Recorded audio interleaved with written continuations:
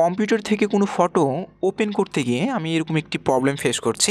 এখানে লেখা আসছে you will need a new app to open this MS Paint link. মানে আমাকে এখানে কম্পিউটারে ফটো ভিউর যে সফটওয়্যারটি থাকে ফটো ভিউ করার জন্য, সেই সফটওয়্যারটি কিন্তু আমাকে ইনস্টল করতে বলছে মাইক্রোসফট স্টোরে গিয়ে। তো আমি এখানে প্রবলেমটি সলভ করার জন্য প্রথমে আমি কম্পিউটার থেকে সার্চ অপশনে চলে যাব এবং এখানে মাইক্রোসফট স্টোর লিখে সার্চ করব। দেখুন আমি মাইক্রোসফট স্টোর লিখে সার্চ করেছি, আমি মাইক্রোসফট স্টোরটি ওপেন করছি। আমাদের সামনে মাইক্রোসফট স্টোরটি ওপেন হয়েছে এবং উপরে আমি যদি সার্চ করি মাইক্রোসফট ফটোজ লিখে, অথবা শুধু ফটোজ লিখলেও হবে, FHOTOS।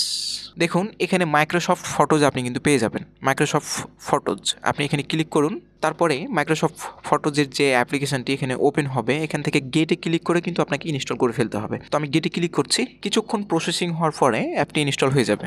ওকে, আমাদের কম্পিউটারে মাইক্রোসফট ফটোজ অ্যাপ্লিকেশনটি অলরেডি ইনস্টল হয়ে গেছে। আমরা এখন চাইলে আমাদের কম্পিউটার থেকে যে কোনো ফটোজ কিন্তু আমরা খুব ইজিলি ভিউ করতে পারবো।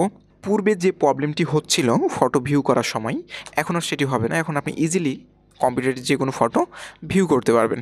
তো এটা হচ্ছে প্রক্রিয়া। যদি এই প্রবলেমটি আপনাদের কম্পিউটারে হয়ে থাকে, মাইক্রোসফট ফটোজ যদি না থেকে থাকে, বা কম্পিউটারে কোনো ফটো আপনি ওপেন করতে গিয়ে এরকম প্রবলেম হচ্ছে, তাহলে আপনি ইজিলি কম্পিউটার স্টোর থেকে, অর্থাৎ মাইক্রোসফট স্টোর থেকে কিন্তু আপনি ইজিলি ফটো ভিউর অ্যাপ্লিকেশনটি ডাউনলোড করে আপনার কম্পিউটারে সেট আপ করে ফেলতে পারেন এবং কম্পিউটারের যে কোনো ফটো আপনি ইজিলি ভিউ করতে পারবেন।